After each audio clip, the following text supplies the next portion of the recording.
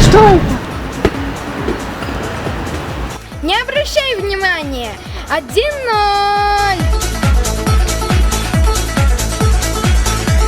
Свата и мужу сваты.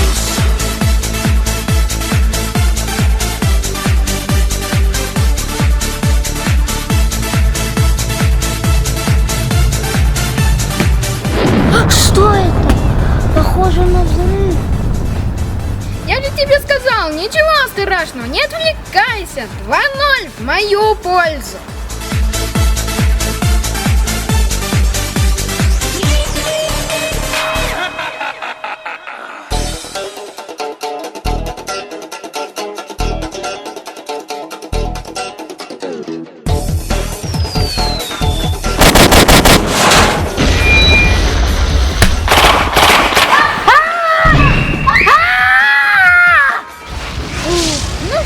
Мне пора домой.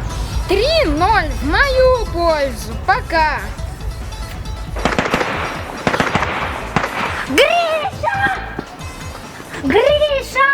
Подожди! Как ты мог быть таким спокойным? Тут стрельба, взрывы, а тебе и дела нет? Может, полицию вызвать? Зачем? Это просто мои родители разбирались с моим заданием по химии. Теперь уже точно сделали. Завтра переиграем, если хочешь. Завтра они за меня будут делать физику. Точно весь дом без света оставят. Потом весь вечер будут бегать, пробки вставлять.